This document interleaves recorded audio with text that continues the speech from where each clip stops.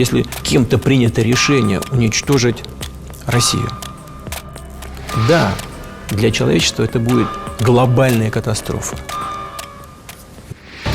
Этот маяк – интересы Российской Федерации и его народа.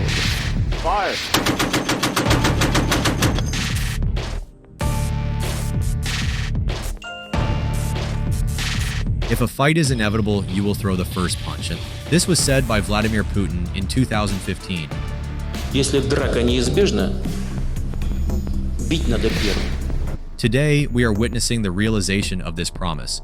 We are experiencing one of the 21st century's biggest crises.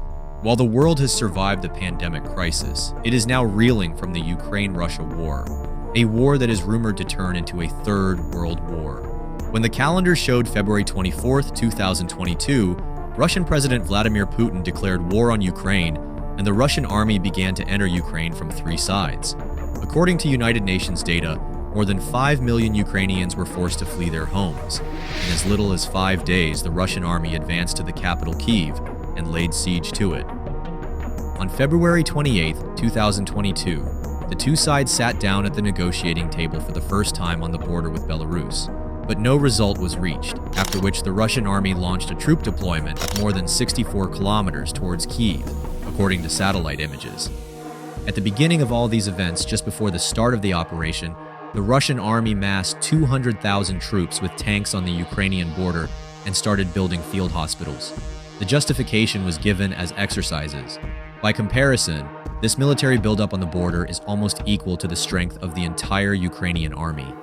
Even during the invasion of Iraq in 2003, the United States sent 177,000 troops.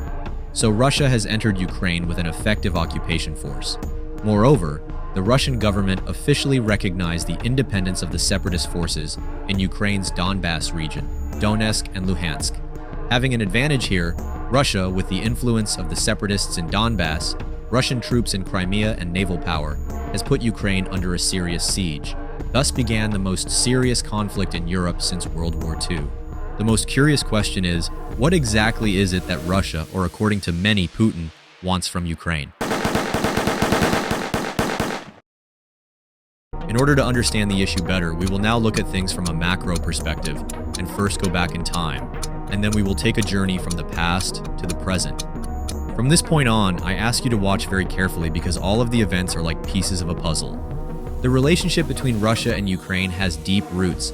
These two states actually come from the same roots, from the Eastern Slavic state known as the Kievan Knezzli. This is why Russian President Vladimir Putin often speaks of one people. In the 17th century, most of what is now Ukraine was part of the Russian Empire. After the breakup of the empire in 1917, Ukraine enjoyed a brief period of independence and was reconquered by military units of Soviet Russia.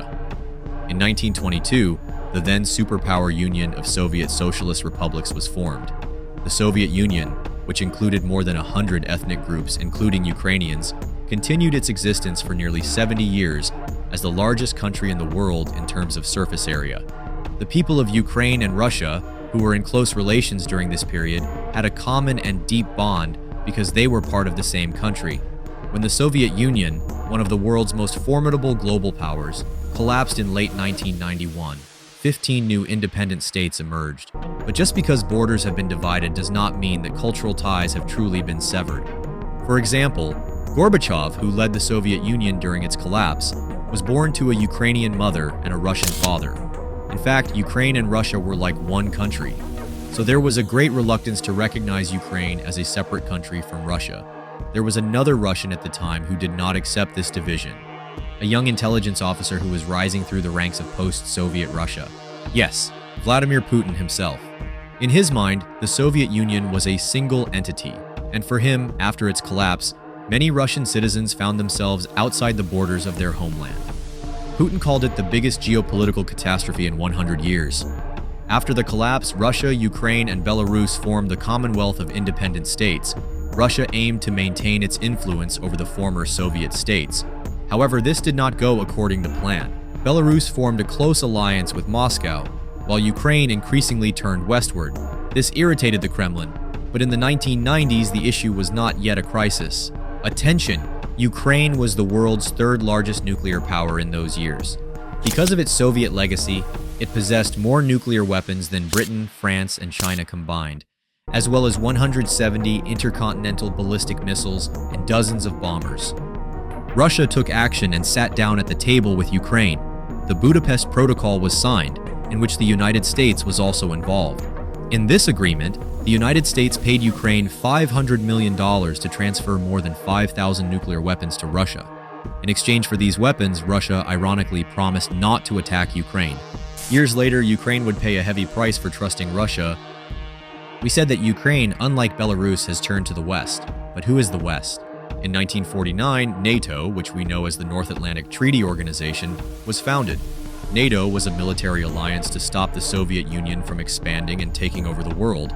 But as we have just seen, the Soviet Union collapsed in 1991. All these Soviet republics, including Ukraine, became independent. So Russia and Ukraine were no longer part of one big bloc. One by one, these former Soviet countries started to join NATO and the European Union. NATO was gradually expanding its sphere of influence, and as it did so, it was not looking out for Russia's interests. In fact, it was quietly encircling Russia. Of course, this did not sit well with Putin. He became increasingly hostile to these countries with which he had once been in the same union, but he was not president at the time and had no power. In 1997, in an agreement known as the Grand Bargain, the then Moscow government recognized and accepted all of Ukraine's borders, including the Crimean Peninsula, where ethnic Russians lived. This was the last straw for Vladimir Putin. As prime minister in 1999 and president in 2000, Putin was ready to put his grand plan into action, but he had to go step by step. Ukraine was a wound inside him, but he did not show it to anyone. You may have noticed that Putin's right arm hardly moves when he walks. This is part of his military training.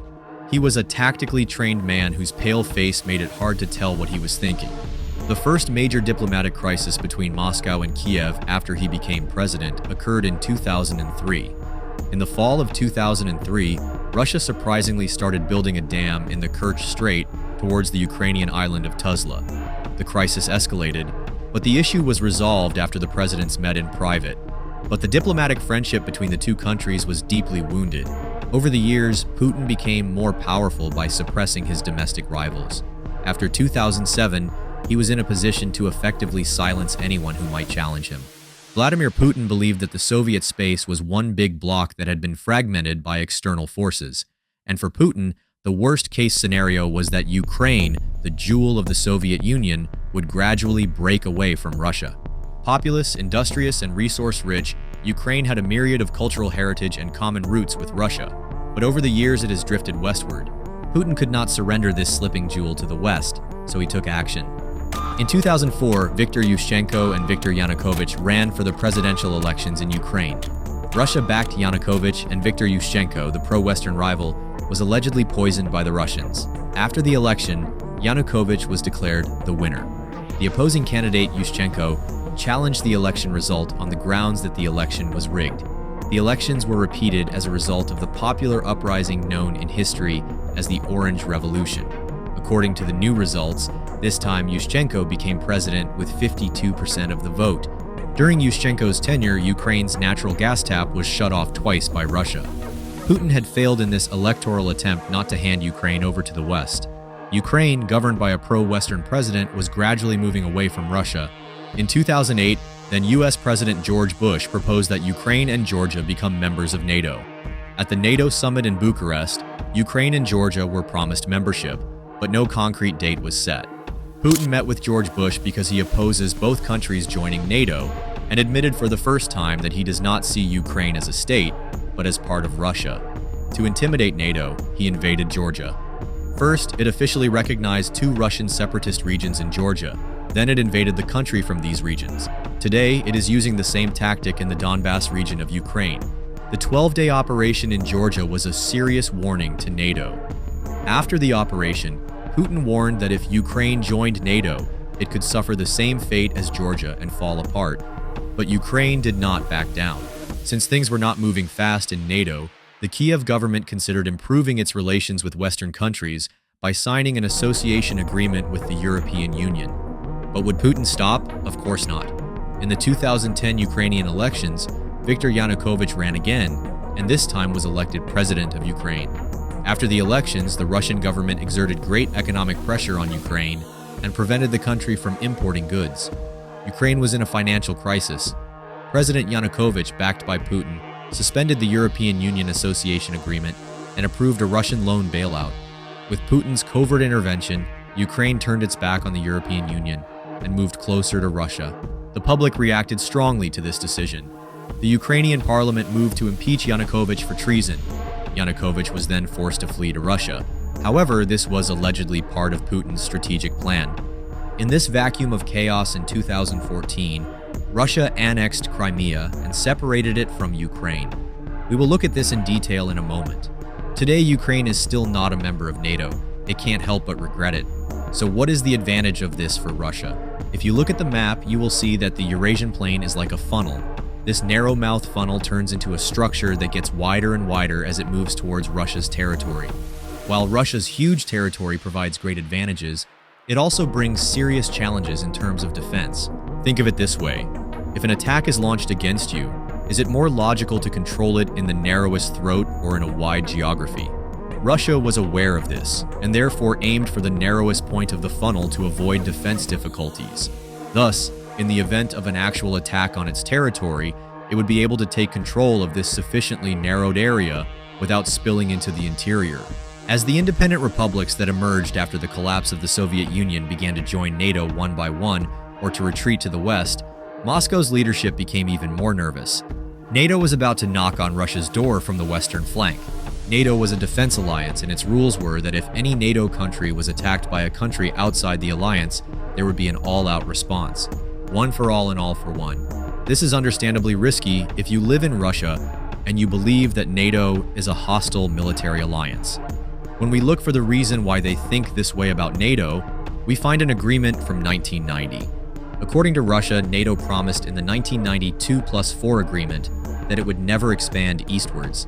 However, according to the Russians, NATO's disregard for this agreement and its signals to settle on Ukrainian territory provoked Putin. The Russian leader had to act and show his strength for Ukraine, which had not yet joined NATO. If he could incorporate Ukraine into his territory, he would be able to extend his line of defense to the narrower mouth of the Huni, that is, to the Carpathian Mountains further away, in the face of rising tensions. Since Belarus was already pro-Russian, geographical threats would largely disappear and Russia could regain the upper hand against NATO. It would also have been able to dominate NATO and force its current member states to break away from the treaty and disband the alliance.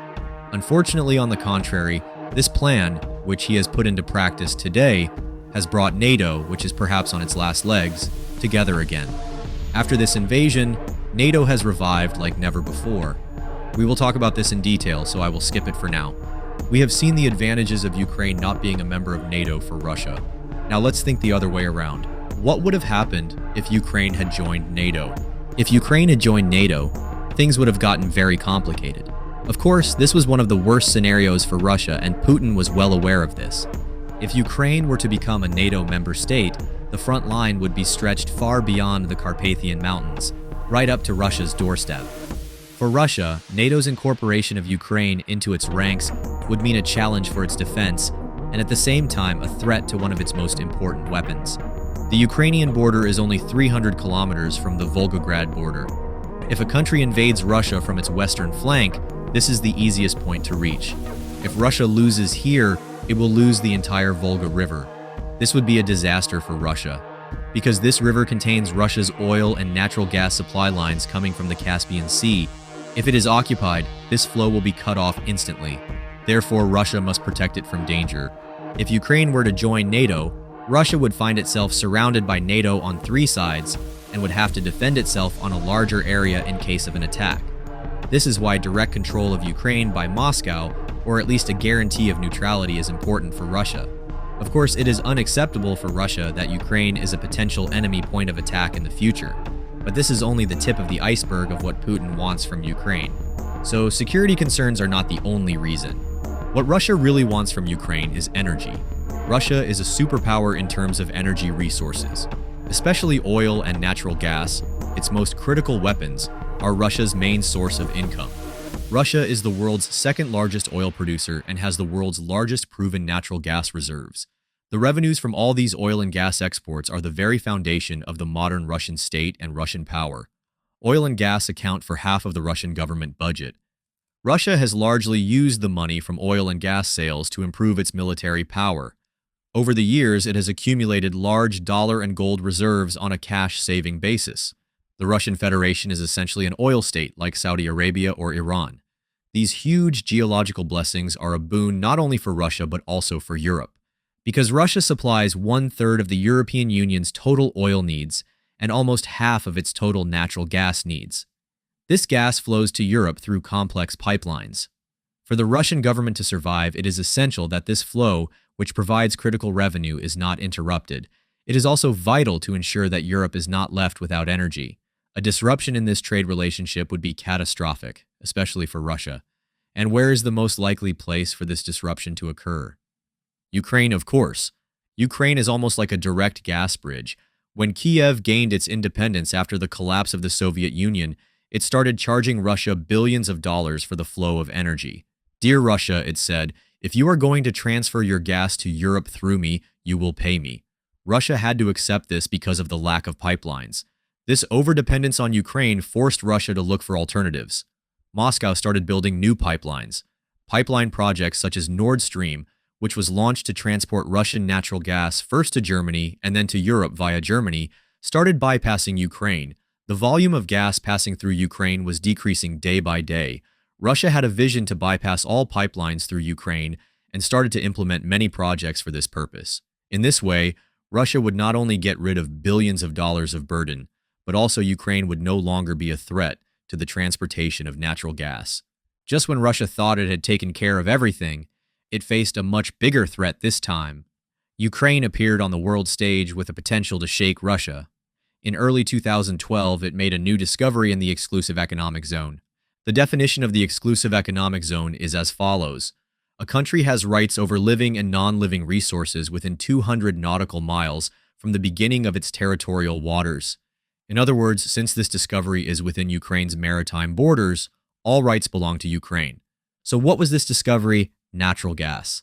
And this is where things started to get interesting. Ukraine has discovered 2 trillion cubic meters of natural gas reserves concentrated around the Crimean Peninsula. Think about it from Russia's point of view. You have been struggling for years. You launch countless projects to reduce the gas flowing through Ukraine, and just when you think you've reached your goal, Ukraine makes a natural gas discovery and brings the issue back to the beginning. Ukraine not only discovers natural gas under the sea, but also another energy source, shale gas. According to the researchers, it realizes that it has the 3rd largest shale gas reserves in Europe, with a volume of 1.5 trillion cubic meters. What do you think Russia, whose style we more or less understand, will do in this situation? After discovering the shale gas, Ukraine realizes that there are 2 big reserves. Guess where one of these 2 big fields is? Donbass region. The Donetsk area in the east and the Carpathian Mountains in the west and the Oleska area near Lviv are the 2 regions with the largest reserves. The Ukrainian government sees this as an opportunity to create something out of nothing. And it really is. Thanks to these reserves, Ukraine has the 14th largest natural gas reserves in the world, after Iraq. As a relatively poor country, Ukraine lacks the technology and financing to successfully extract this gas. The Ukrainian government will soon start granting exploration and drilling rights to companies such as Shell and Exxon. Ukraine is about to become an alternative state that can meet the European Union's gas needs. Its admission to the European Union and NATO is now even easier thanks to this reserve. This could seriously reduce the revenues of Russia, which supplies the European Union with gas. Its next-door neighbor is gearing up to rival it. Will Russia sit quietly by and watch such a situation which could deal a heavy blow to its country? Of course not. Remember in the previous chapter I mentioned that Yanukovych fled to Russia when he was about to be tried for treason and that Putin made a move in the meantime. Russia seized the opportunity in this vacuum of chaos in 2014, the so-called Revolution of Honor, and seized the Crimean Peninsula. Russia claims that historically Crimea belongs to the Russians. By seizing Crimea, the Russians also took control of 2/3 of the Ukrainian coastline, and by extension, the majority of the exclusive economic zone I mentioned earlier. This was a critical move. Ukraine unfortunately lost 80% of its offshore oil and gas reserves. In addition, billions of dollars of drilling equipment and other assets on the peninsula were seized by the Russians. Soon after, Shell and Exxon terminated all their contracts with the Ukrainian government and left the country. Ukraine was left in a difficult situation and alone. It was unable to extract the remaining resources on its own and unable to resist the Russian invasion. When Russia started a conflict in the Donbass region, which is the richest in shale gas, it also lost a significant amount of shale gas. All of these circumstances completely eliminated the Ukrainian government's potential to challenge Russia's gas supremacy in Europe. By taking tactical steps, Putin had eliminated a potential rival and removed the threat to his country's source of wealth. In this way, he strengthened his own power along with that of the Russian oligarchs. I say his own power because Vladimir Putin is nothing less than the Russian oligarchs, the billionaires. According to American intelligence reports, Vladimir Putin is the richest person in the world. So much so that his fortune is now allegedly almost twice that of Elon Musk. We will probably never know. After these moves, Putin has gained serious dominance both in the Donbass region and in Crimea. Although the Donbass region was not directly administered by Russia, the separatist forces were given financial and military support by Russia. When Ukraine asked Russia for the nuclear weapons they had given to Ukraine in the 90s, Putin said, "I didn't sign that nuclear agreement, so the weapons were still in Russia's hands." At this point, Putin is threatening the whole world with nuclear power through NATO with these weapons. Ukraine has repeatedly pressured Russia for the return of Crimea in addition to its demands for nuclear weapons. Even today, this pressure continues. On February 28, 2022, Russia and Ukraine sat down at a negotiating table in Belarus. On March 10, 2022, the foreign ministers of the two countries met in Antalya. Occupied Ukraine demanded that Russia withdraw from all territories, including Crimea. But will Russia give Crimea? If Russia gives Crimea, it will lose all natural resources within the exclusive economic zone. It would also lose the strategic port city of Sevastopol in Crimea.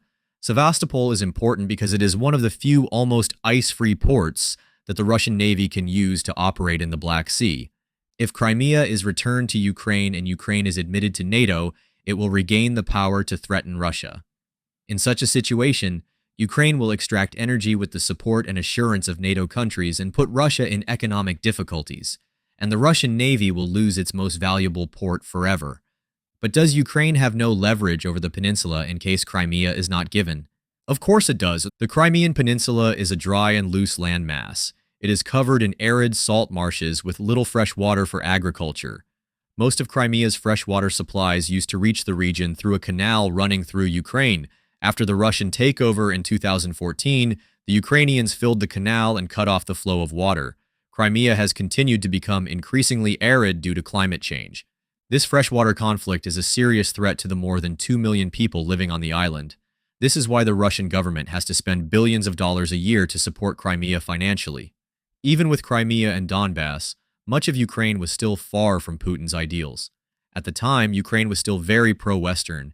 It was electing pro-Western presidents and becoming more and more disconnected from Russia. Its ties to the Russian heritage that Putin holds sacred and dear to him were weakening, and more than half of Ukrainians said they were ready to join the European Union and NATO. Ukraine imposed an embargo on Russia, while the Kremlin gave special priority to those who wanted to leave Ukraine and come to Russia.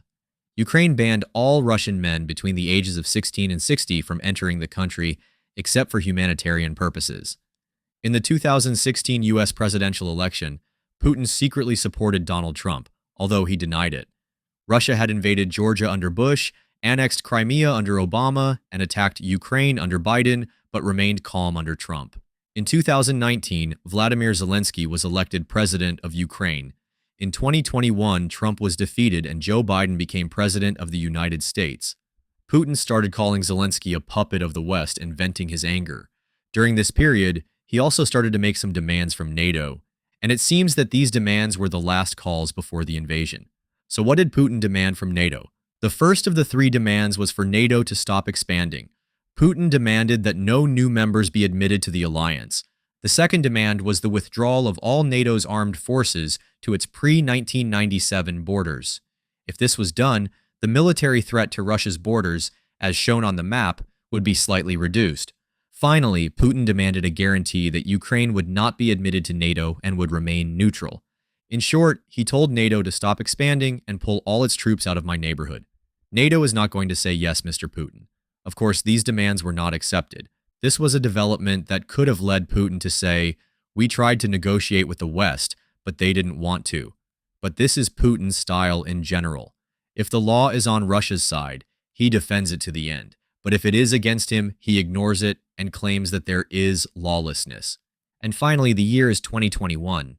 In 2021, Vladimir Putin published his clearest views on Ukraine in an article titled "On the History of the Unity of Russians and Ukrainians." In this article, which goes on for pages, Putin stated the following: "Russia and Ukraine are one people.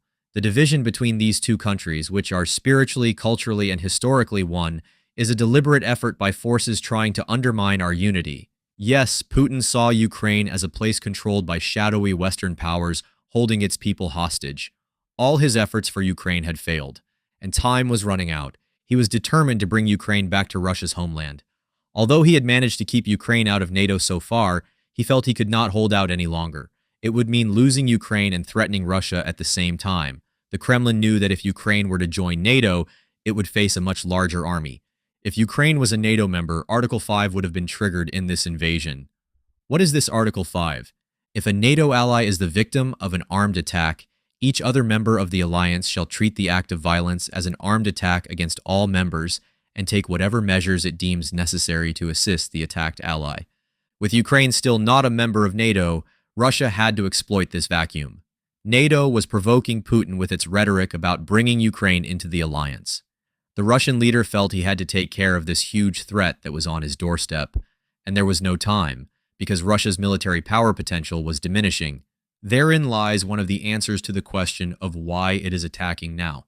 Russia is one of those countries where the death rate outstrips the birth rate. In other words, the population is getting smaller every year. With the outbreak of the pandemic, this loss accelerated even more. Russia has experienced the largest population decline in peacetime. This huge country has around 25 million people of military service age, but as time passes, this potential manpower is dwindling. So the Kremlin did not have much time to mobilize against Ukraine.